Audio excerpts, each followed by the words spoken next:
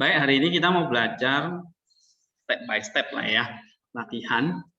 Karena ini udah paruh semester, ya kita belajar eksegesis.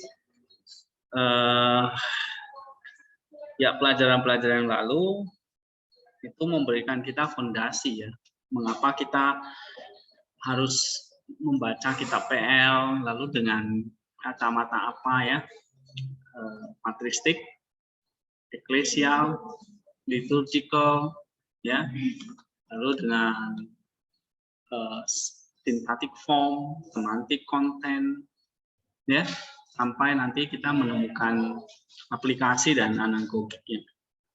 Nah, semua itu tolong diingat-ingat lagi. Ya. Nah, kali ini kita lihat Yesaya 1 ayat 4 sebagai latihannya ya. Nah, melihat teks seperti ini ya, ini ada bahasa aslinya nih, Ibrani, kemudian terjemahan Septuagintanya ke bahasa Yunani, kemudian terjemahan ke berbagai bahasa.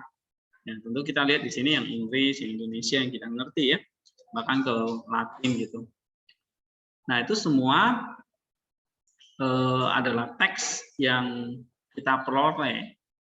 Tapi teks ini kan harus kita pahami ya, secara literal atau secara tekstual dan juga historical.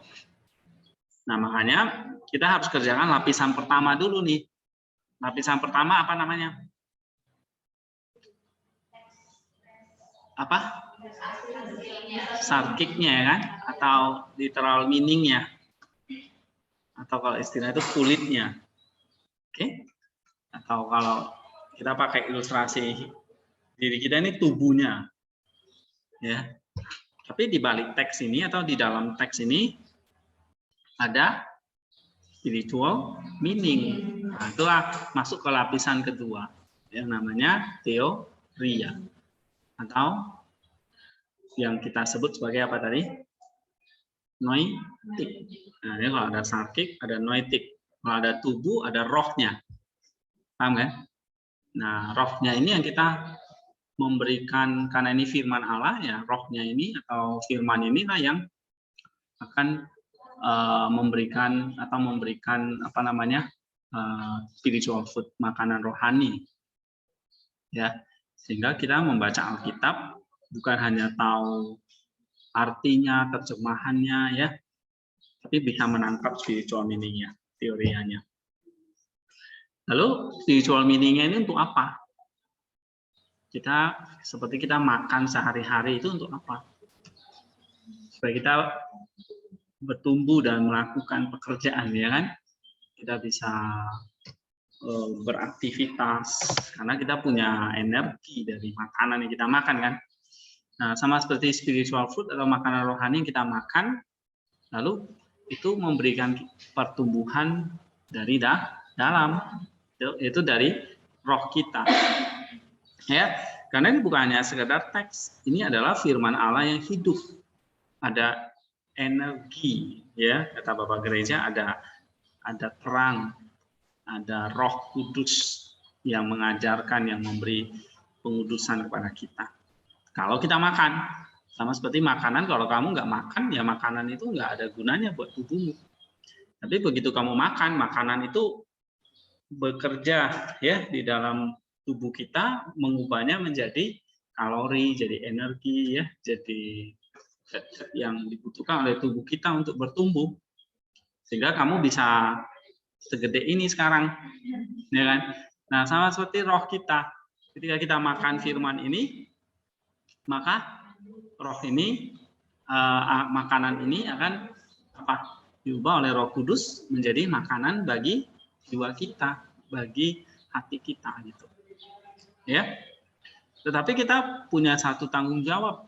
Bagaimana kita, pelajaran eksegesis ini adalah bagaimana kita memasak. Sama seperti kalau kamu mau makan, kamu mesti kerja, kamu mesti masak, ya kan? Kamu mesti beli bahan-bahan, lalu kamu olah di dapur, dan kamu harus bekerja, gitu. Nah, Tuhan juga nggak mau hanya kasih kita ini makanan jadi. Makanannya, bahannya ada. tapi kita mesti bekerja. Seperti kita memasak di dapur, kita harus mengolah makanan itu. Ya. Nah, waktu pelajaran seperti eksegesis inilah kita tuh sedang apa? Memasak. Oke, kita tahu bahannya, kita tahu cara masaknya, kita tahu mau masak apa nih, ya. Gitu. Nah, eksegesis kita kan kayak misalnya kalian mau masak apa kata? Iya, mau masak capcay.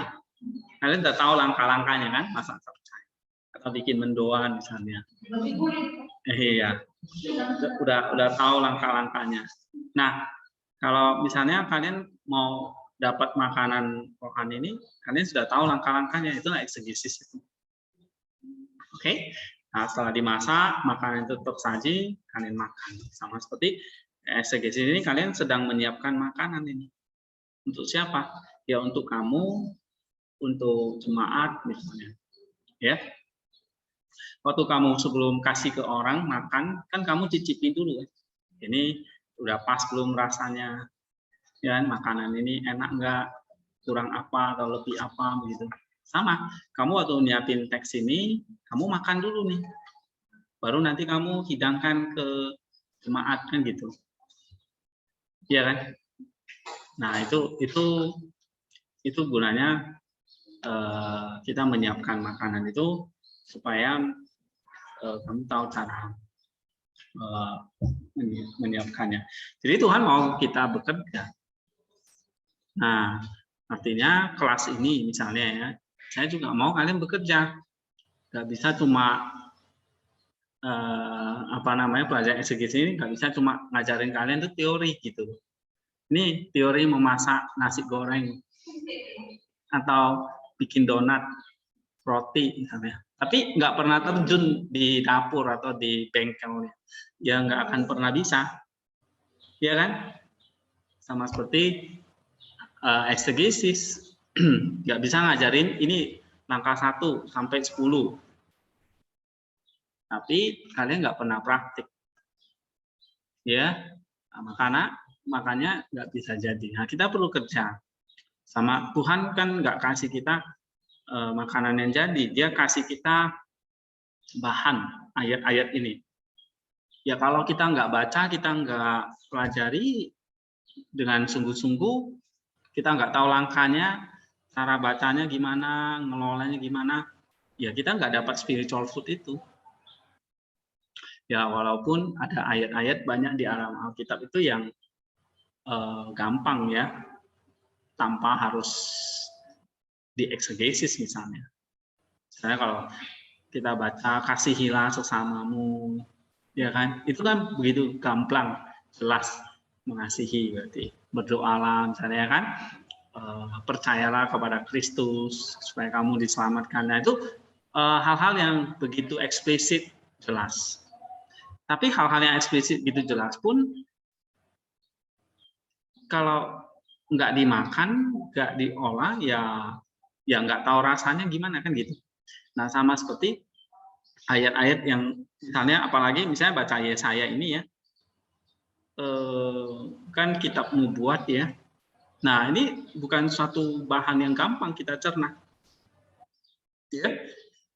Gitu. Jadi kita kalau misalnya lah, kalau kalian itu sama seperti kayak kita makan lah. Kalau kita makan hanya makanan yang siap saji, apa ya misalnya makanan ringan ya, yang tanpa harus diolah apa sih, itu lama-lama kan apa ya, nggak selamanya lah ya makanan seperti itu kan. Saya kalian makan junk food dan sebagainya itu kan iya sih, makan junk food itu kan iya enak dan kenyang gitu kan, tapi bosan lama-lama gitu ya, bikin gendut. Nah kalau kita nggak belajar untuk ngelolanya, maka ya kita akan stagnan gitu ya. Nah sama seperti kita belajar firman Allah ini, kalau cuma hanya baca gitu aja ya, kita maunya yang junk food, yang instan. Kayak kamu kayak setiap hari makan Indomie misalnya, gimana? Ya, Indomie kan gampang dimasak ya kan. Anak kecil juga bisa begitu. Lalu cepat dan enak gitu. Nggak perlu kayak kita bikin capcay yang misalnya harus motong-motong apa. Ya kan kalau mie instan itu tinggal buka plastiknya, celup udah ya kan. Nah, beda misalnya kalau bikin masak apa ya kan gitu. Kita harus bersusah payah gitu. Nah, tapi kalau makan yang instan terus gimana? Iya, cacingan dan banyak penyakit ya. Oke, that's it. Jadi kalau kita baca firman Allah itu ya, nggak mau berusaha nih, ya nggak mau rajin untuk gali, rajin untuk cari tahu maknanya apa. Ya kita sama kayak roh kita tuh kayak diberi makan junk food atau instant food aja. Ya gimana pertumbuhannya? Ya, oke. Nah, oleh sebab itu kita mesti belajar ya di sini. Oke, kita mulai dari hakiknya ya, atau lapisan pertamanya ini. Kita coba lihat teman kalian ini udah kerjakan bagus ya. Dia udah lihat Ibraninya dan Septuagintanya ini. Coba baca Ibraninya dulu. Yesaya 1 ayat 4. Ho goy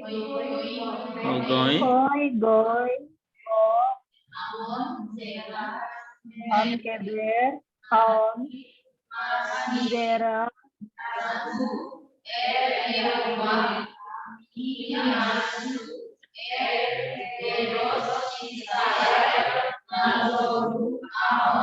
Oke. Sekali lagi ho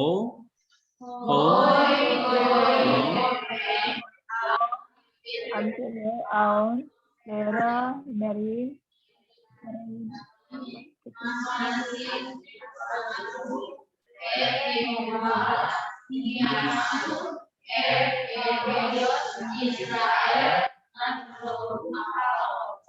ahor. Oke. Septuagintanya.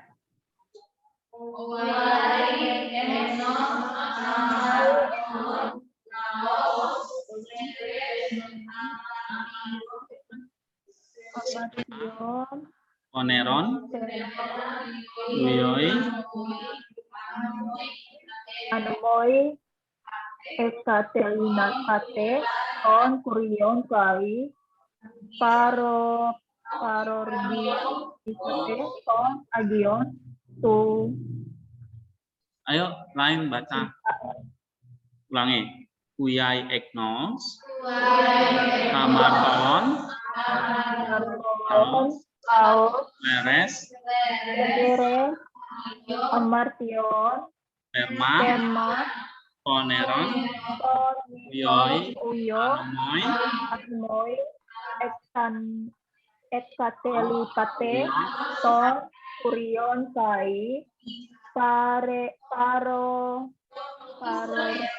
disate, ton, hagion, to Israel.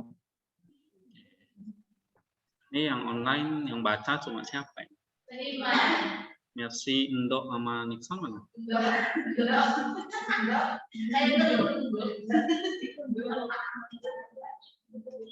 Oke. Tuh Edison, coba kalau RSV-nya baca.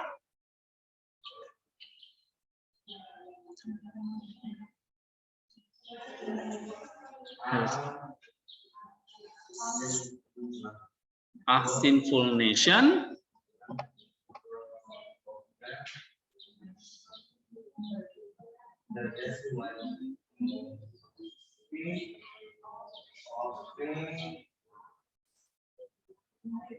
Oke, coba sama-sama lah. Aduh, aku mesti sabar. A sinful nation, a people laden iniquity, string of evil doers, Son who deal corruptly. They have forsaken the Lord. They have deceived the Holy One of Israel. They are after his head. Yes. Indonesianya. Coba. Bangsa yang berdosa, kaum yang syarat dengan kesalahan, keturunan yang jahat-jahat, anak-anak yang berlaku buruk, mereka meninggalkan Tuhan, Manusia yang Maha Kudus, Allah Israel, dan berpaling membelakangi Dia. Siapa yang suruh amin? Nggak ada amin di sini. Oke. Celakalah bangsa yang berdosa. Sinful nation. Oke. Ibraninya apa di situ? Ho itu artinya celakalah atau atau alas, ya kan? Kalau di Indonesia kan mampuslah atau celakalah. Mampus itu kasar ya. Yang lebih baku celakalah. Jadi kalian ini makannya instan terus celaka ini. Nanti gemuk kayak riba. Oke. Lalu sinful nation apa? Ayo, sinful nation Ibraninya apa di situ? Bangsa yang berdosa. Stop, Stop. Sinful nation, bangsa yang berdosa. Iya. Ibraninya apa? Goy? Stop. Iya. Sinful nation itu sinnya participle. Ya, memang kita belum belajar participle, tapi itu nanti jadi kata benda. Ya. Yes.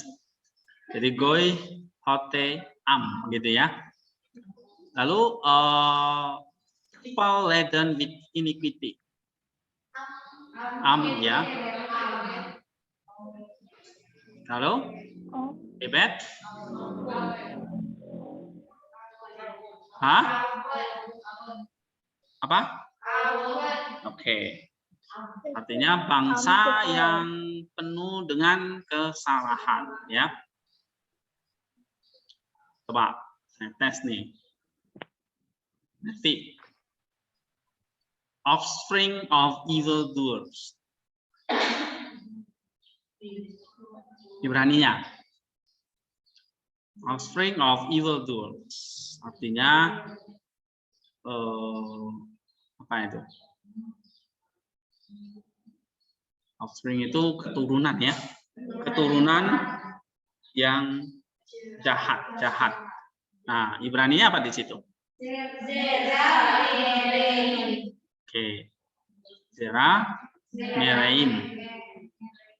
Oke.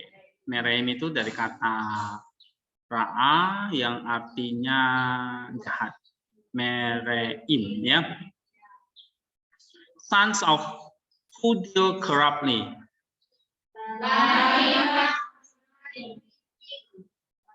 Nah, ya artinya anak-anak yang berlaku buruk kalau LAI ya, atau anak-anak yang corruptors, anak-anak yang jahat ya. Oke, good. They have forsaken the Lord.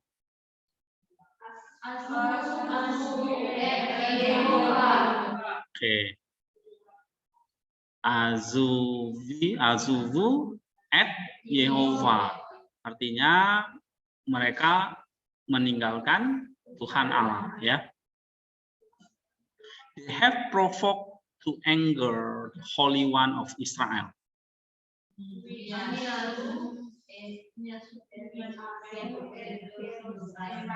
Iya. Nia zu et keros Israel. Yang lain ikuti ya. They have provoked to anger. Mereka, kalau bahasa Indonesianya apa? Menista yang Maha Kudus Allah Israel. Lalu berpaling membelakangi Dia, atau they utterly estranged. Nazaru. Oke, itu kata kerjanya perfect ya kan? perfect, kemudian nazu itu juga perfect, PL. PL itu artinya apa? PL perfect. Nazu berarti di situ diterjemahkan apa? Di RSI terjemahkan apa? They have the spice, ya kan? They have the spice, ya kan? Atau mereka menista, ya kan? Penegasan di situ. PL itu artinya apa? Aktif, intensif. Oke? Perfect. Nah, perfectnya itu complete atau incomplete action. Complete. In the past, action atau future atau present. In the past, ya. Jadi mereka menista atau ada yang ngamuk ya? Mereka menista, ya kan? Dan ini nival perfect berarti apa? Nival itu berarti apa? Pasif. Artinya apa? Nazor.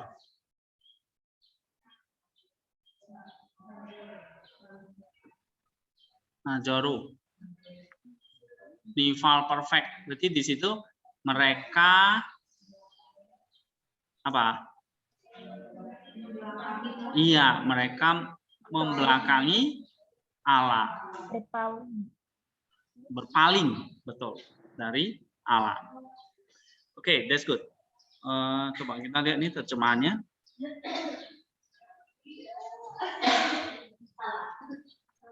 Mereka meninggalkan. Ini kalau diterjemahkan berarti menista ini pasif ya.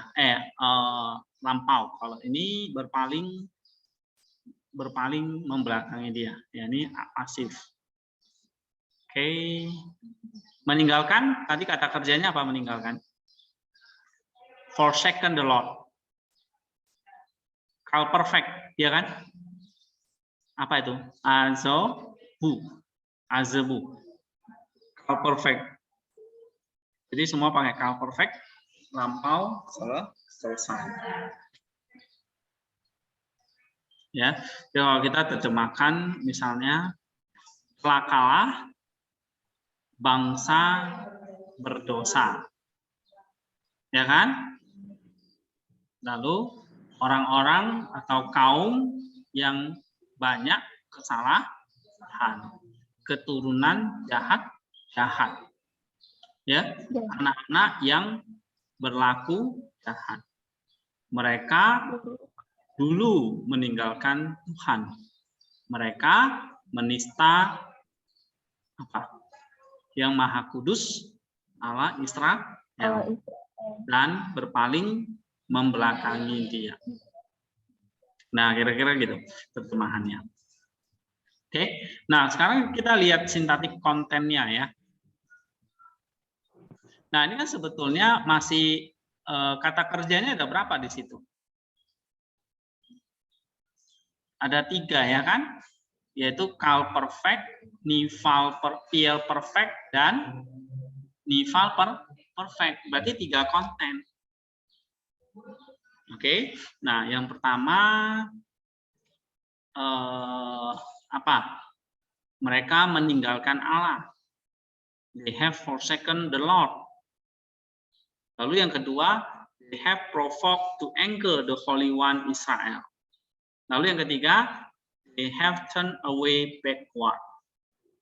Nah, mulai dari D itu mereka itu siapa? Ya inilah tadi, bangsa-bangsa yang berdosa, bangsa-bangsa yang syarat dengan kesalahan atau keturunan yang jahat.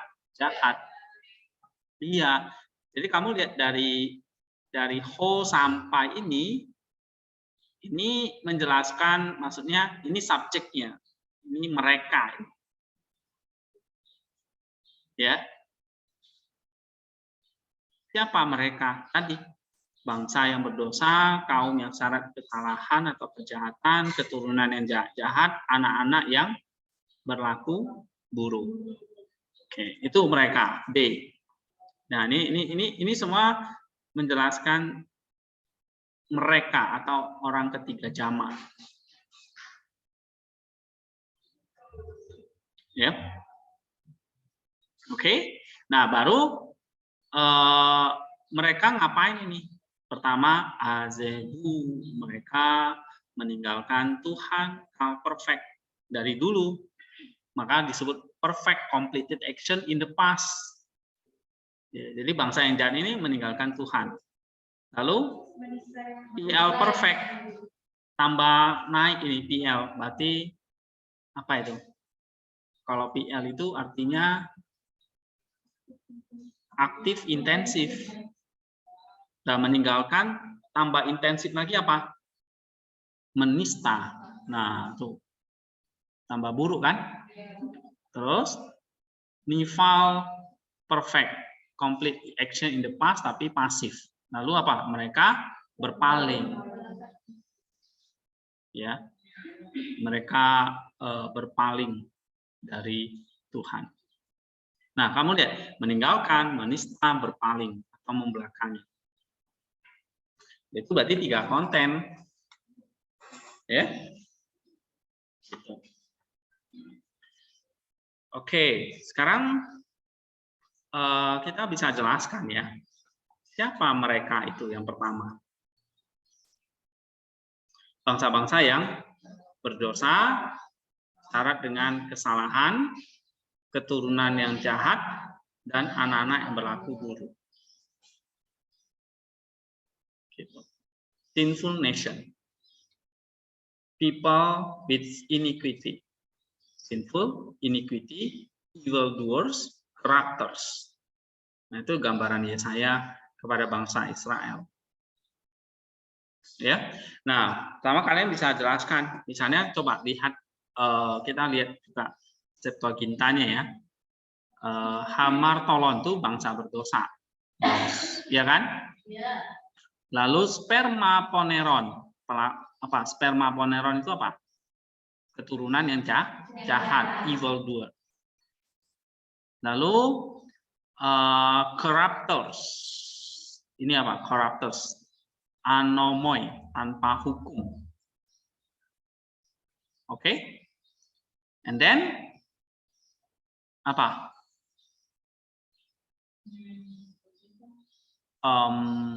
Kuyo anomoi, yang tanpa hukum, corruptors, ya. Lalu evildoers, spermaponeron, and then hamarton, dosa atau iniquity, dan hamartolon. Ya, hamartion. Jadi kamu lihat di Septuaginta itu 4 juga ya. Hamartolon, laos artinya apa? Eknos hamartolon artinya bangsa berdosa. Lalu laos kleres hamartion. Itu artinya apa? Iya, orang-orang yang hamartion, yang penuh dosa. Spermaponeron, keturunan jahat. Piohanomoi,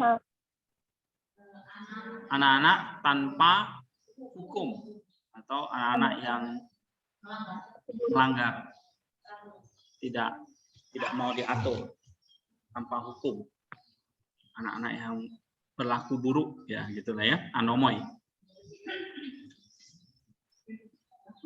Oke, nah kira-kira kalau menurut pendapat kalian 4 gambaran bangsa Israel ini, hamartolon, hamartion, poneron, anomoi, itu adalah gambaran bangsa yang bagaimana?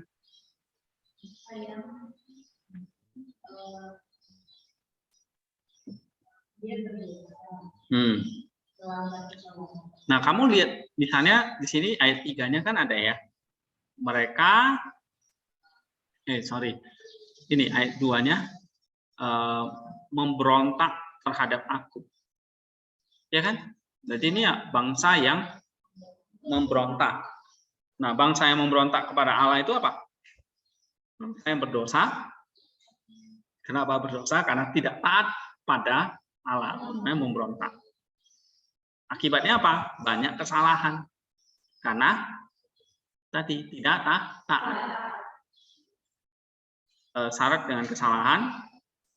Lalu akibat Keturunannya bagaimana? Mewarisi kesalahan-kesalahan orang tuanya.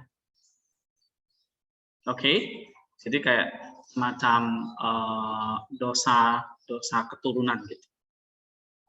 Nah, karena diwarisi, akhirnya anak-anak mereka gimana? Tanpa hukum.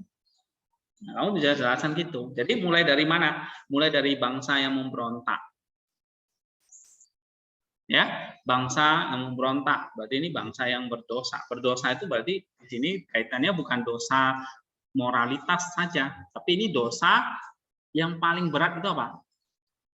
Memberontak. Apalagi maksudnya itu memberontak, Pak, menyembah berhala. Itu dia. Jadi dosa di sini dikaitkan dengan melawan Allah, tidak taat kepada Allah, yaitu wujudnya menyembah berhala. Lalu akibatnya nenek moyang atau bangsa ini berdosa, akibatnya apa? Banyak sekali dosa yang dilakukan oleh orang-orang ini, maka a people laden with iniquity. Jadi kamu lihat, bangsanya berdosa, nanti rakyatnya atau orang-orangnya banyak dosa, atau di sini Ketua Kinta menggambarkan hamartion, ya, atau apa namanya? Kalau di sini backend, ya, ini dia. Oke. Nah, bangsanya banyak dosa, berarti apa? Menghasilkan apa? Keturunan-keturunan yang jahat. Sama kayak kalau kamu jahat, anakmu juga bisa ikut kamu nanti. Ya kan? Meniru orang tuanya. Nah, makanya di sini akhirnya keturunan-keturunan bangsa Israel itu apa semua? Berlaku buruk. Atau apa namanya? Sons who deal corruptly. Ya. Nah, Ketua Kinta bagus ya. Dia pakai istilah spermaponeron. Ini dia. Sperma itu berarti keturunan. Keturunannya jahat. Kenapa? Karena bangsanya banyak kesalahan. Kok banyak kesalahan? Karena dosa. Kok bisa dosa? Karena tidak taat, memberontak. Nah, gitu. Oke? Nah, sampai akibatnya dosa itu selalu turun sampai mana? Anak-anaknya. Akibatnya apa? Anak-anaknya tanpa hukum atau apa? Anomoi. Ya. Nah, kamu bisa search di sini, klik kanan, misalnya anomoi, tanpa hukum. Ini banyak sekali ya di dalam Perjanjian Lama. Misalnya kita cek dalam Yesaya. Nih, anomoi itu banyak banget. Ini bisa jadi data buat kalian. Ya, misalnya Yesaya 1 ayat 25.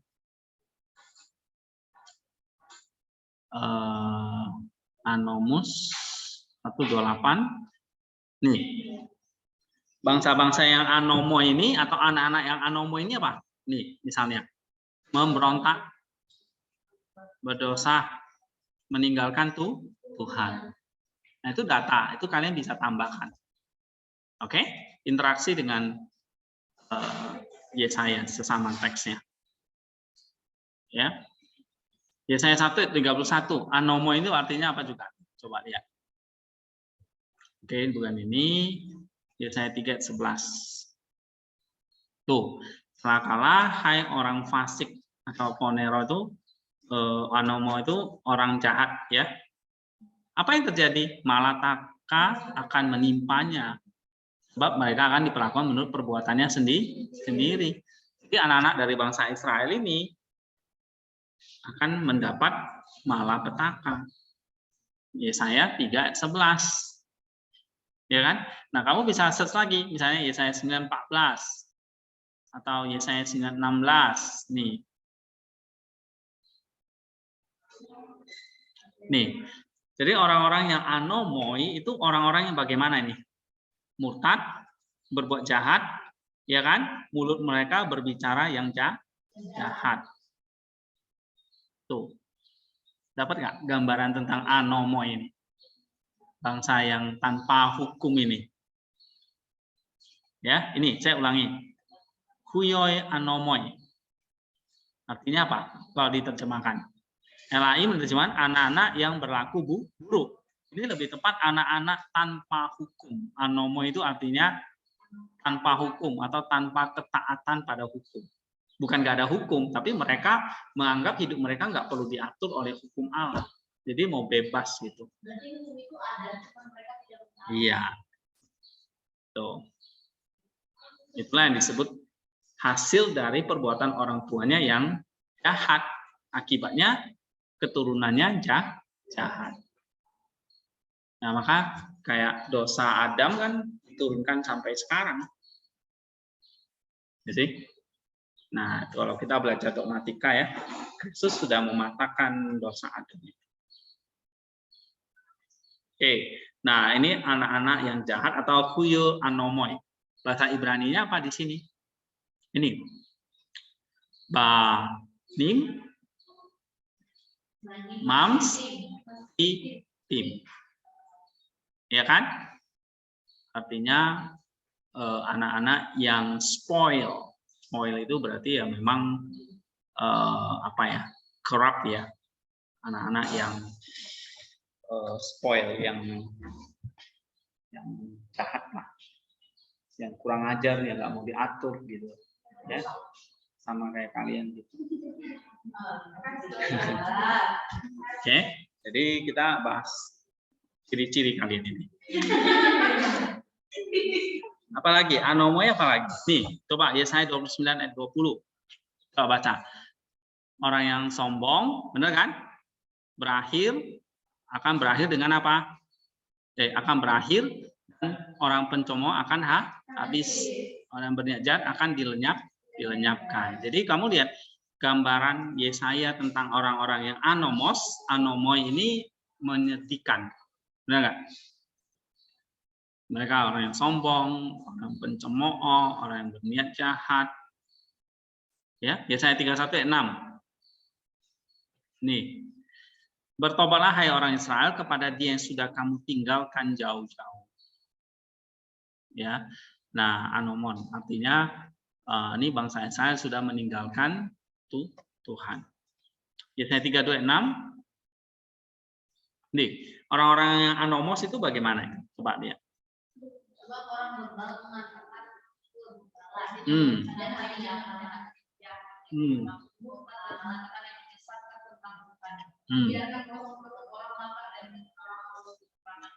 Nah, ini ya, kata anoma di sini dikaitkan dengan apa? Iya. Orang-orang yang mengatakan apa? Ungodliness, artinya yang bebal, yang menyesatkan. And then, apa yang terjadi dengan anak-anak yang anomos ini? Kamu lihat, murtad, ya kan? Lalu apa? Merencanakan yang jahat, bebal, menyesatkan tentang Tuhan. Jadi jatuh ke dalam ajaran-ajaran yang sesat atau bidat. Lalu mereka juga orang-orang apa? Membiarkan kosong perut orang lapar, jadi tidak mau berbelas kasih, dan haus, kekurangan minuman. Jadi orang-orang yang tidak peduli dengan orang lain. Nah, that's it. Ngeri ya? Gitu. Gambarannya. Dan ini yang kita lihat tuh enggak kan? Sekarang.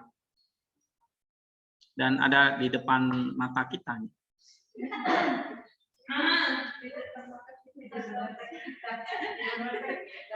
Iya, berarti termasuk kamu dan kamu. Lalu Yesaya 32:7 lagi, coba baca. Kalau penipu atau lawannya ada jahat, ia melakukan perbuatan-perbuatan kecil untuk mencelakakan orang sengsara dengan tekanan besar, sekalipun orang miskin itu menjelaskan. Oke, nah ini kata anoma lagi, anomos, bahwa akal-akalnya jahat, ya, atau punya rencana atau tujuan yang jahat. And then apa lagi? Oke, mau membinasakan orang lain dengan perkataan dusta. Jadi menjatuhkan orang lain dengan kata-kata yang menfitnah dan sebagainya. Ya, itu orang-orang yang anomos. Pak, Yesaya 33 ayat 14. Ini contoh ya, bagaimana kalian menjelaskan kata anomos itu. Jadi pakai yang di sebelah kiri ini. Ya. Yesaya 33 ayat 14, coba baca. Orang-orang yang berdosa terkejut di Sion, orang-orang murtad di tentara mereka berkata, siapa di antara kita yang dapat tinggal di dalam api yang menyebabkan ini? Siapa di antara kita yang dapat tinggal di perapian yang abadi? Nah, jadi ini orang-orang yang berdosa, orang-orang yang murtad, diliputi ketakutan. Ya, jadi orang-orang anomos adalah orang-orang yang murtad, artinya yang memang meninggalkan Tuhan. Gitu. Ya. Yesaya 48 ayat 8. Engkau tidak mendengarnya ataupun mengetahuinya, jika telingamu tidak terbuka sejak dari dahulu. Tetapi aku telah mengetahui bahwa engkau berbuat khianat sekeji-kejinya dan bahwa orang menyebutkan engkau memberontak. Nah, Septuaginta terjemahkan ini lawless sejak dari kandungan. Jadi di sini menarik. Kenapa melahirkan anak-anak yang jahat, atau kenapa suatu bangsa itu dikatakan jahat? Seperti misalnya Sodom dan Gomora gitu. Ya karena dari sejak kandungan sudah memberontak. Ya. Apakah dari bayi itu sudah berdosa gitu. Oke. Nah, kalau kita lihat terjemahan Septuaginta pakai kata sperma. Sperma itu artinya benih. Berarti dari kandungan. Ya, sudah memberontak. Kenapa? Karena itu turun temurun gitu loh. Ya.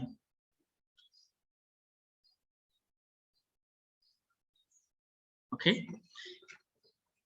Satu lagi, Yesaya 53 ayat 12.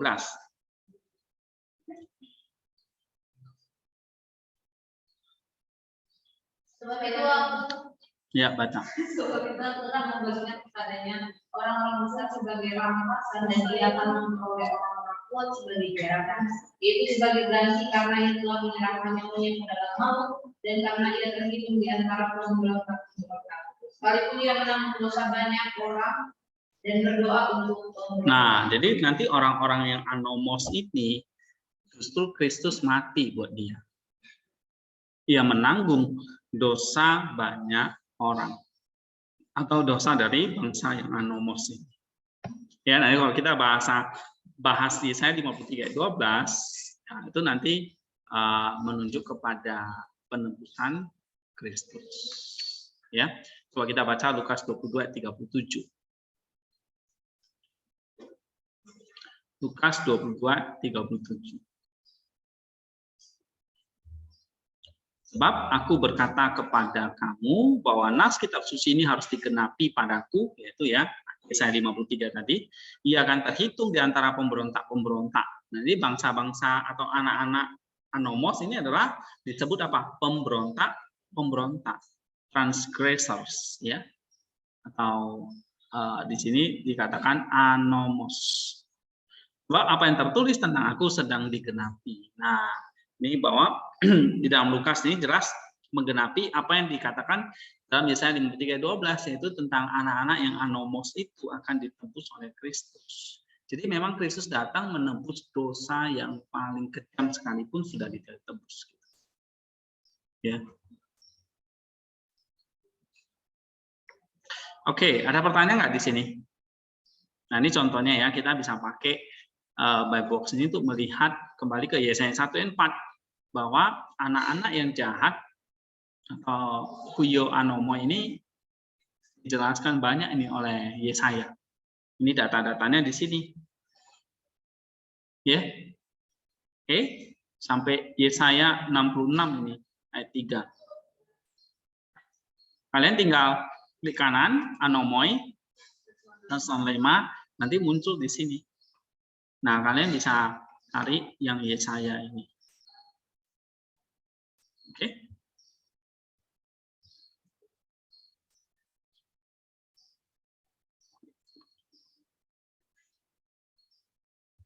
Nah, sekarang kita masuk ke bagian berikutnya.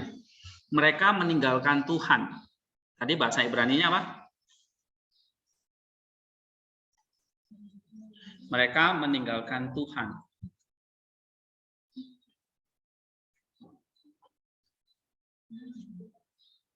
Apa? Azebu et Yehova. Ya kan? Azebu et Yehova. Ya. Septuagintanya ekateli pate ton kurio. Ya. Septuaginta pakai auris ya atau perfect kalau di Ibrani. Ton kurio, ekatelita itu dari kata ekatalipo ya, artinya meninggalkan atau abandon, forsake ya. Ya, meninggalkan. Ton kurion, Allah atau Tuhan. Nah, kamu lihat di sini, klik kanan aja, search on lemma di sini. Kata meninggalkan, misalnya di dalam Yesaya, muncul berapa kali? Nih, misalnya Yesaya 1 ayat 8, ya kan? Yesaya 1 ayat 9. Nah, ini diperhatikan satu-satu. Misalnya Yesaya 1 ayat 8 ya, coba kita cek. Putri Sion tertinggal sendirian. Ini bukan ini ya, Yesaya 1 ayat 9. Nah, seandainya Tuhan semesta alam tidak meninggalkan kita sedikit orang yang terlepas, kita sudah menjadi seperti Sodom dan sama seperti Gomora. Nah, Tuhan meninggalkan mereka. Yesaya 1 ayat 28 apa nih?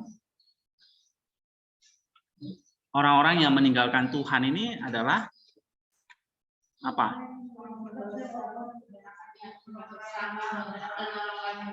Iya, orang-orang pemberontak, orang-orang berdosa yang akan dihancurkan. Gitu. Coba baca 2 Tesalonika 1 ayat 8. 2 Tesalonika 1 ayat 8 dan 9 lah. Ya, ayat 8 sampai 9. Dan mengadakan pembalasan terhadap mereka yang tidak mengenal Allah dan tidak mentaati Injil Yesus Tuhan kita. Terus ayat 9. Mereka ini akan menjalani hukuman kebinasaan selama-lamanya, dijauhkan dari hadirat Tuhan dan dari kebaikan. Nah, mereka ini ternyata gambaran dalam Tesalonika ini siapa? Yaitu tadi anak-anak anomos tadi. Oke, yang sudah dijelaskan dalam Yesaya pasal 1. Oke. Kalau kita bisa baca ya dalam tulisan Rasul Paulus ini ayat 7 lah ya, ayat 8 tadi. Waduh. Oke. Dan mengadakan pembahasan terhadap mereka yang tidak mau mengenal Allah dan tidak mentaati Injil Yesus. Nah, ini gambaran ya bahwa orang-orang yang meninggalkan Tuhan ini dalam Perjanjian Baru dikatakan apa?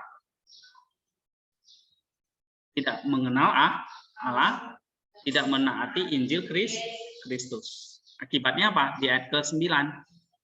Akibatnya apa? Menjalani hukuman kebinasaan selama-lamanya. Apa hukumannya? Kebinasaan. Kebinasaan itu artinya apa? Terpisah dari hadirat Allah dan dari kemuliaan akan kuasanya. Ya. Nah, jadi kamu lihat mereka ini siapa tadi? Yaitu tadi anak-anak anomos tadi. Ya, kalau dalam Perjanjian Lama mereka memberontak meninggalkan Tuhan. Perjanjian Baru lebih spesifik lagi apa? Tidak menaati Injil Kristus. 2 Tesalonika 1 ayat 8, tidak mentaati Injil Kristus. Ya. Gitu. Jadi orang yang nggak memberontak ini bukan sekedar hanya orang yang tidak bermoral ya, tapi lebih kepada mereka mengenal Kristus dan tidak mau mentaati atau menolak Kristus itu sendiri. Ya. Itu dalam 2 Tesalonika 1 ayat 8. Oke.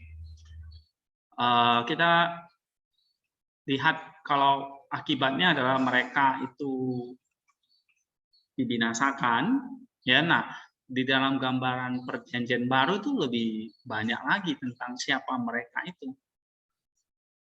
Ya, maksudnya orang-orang yang tidak mengenal Allah, tidak mentaati Injil Tuhan, meninggalkan Tuhan, atau tadi yang orang-orang yang tanpa hukum itu. Ya, misalnya kita baca dalam Roma 2 ayat 8, coba buka. Roma pasal 2 ayat 8, coba baca. Roma pasal 2 ayat 8. Tetapi murka dan keras kepada mereka yang mencari kepentingan sendiri, yang tidak taat pada kebenaran, melainkan taat kepada kelaliman. Itu orang-orang yang meninggalkan Tuhan itu adalah orang-orang yang apa? Mencari kepentingan sendiri, tidak taat kepada kebenaran, tapi taat kepada kelaliman. Nah, gitu. Coba kita ke ini ya.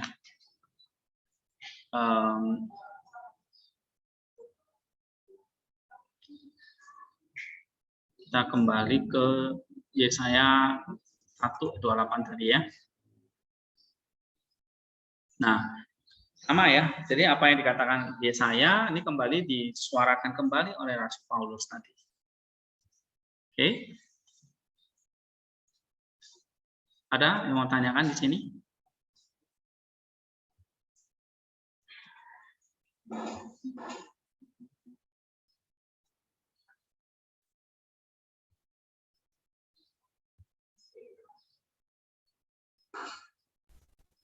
Ada, Pak. Ya. Siapa? Pak. Ya, apa Mercy? Mercy. Kan dari yang sudah kita tafsirkan ini kan, Pak. Seakan-akan itu kalau misalnya ada orang yang memberontak, terus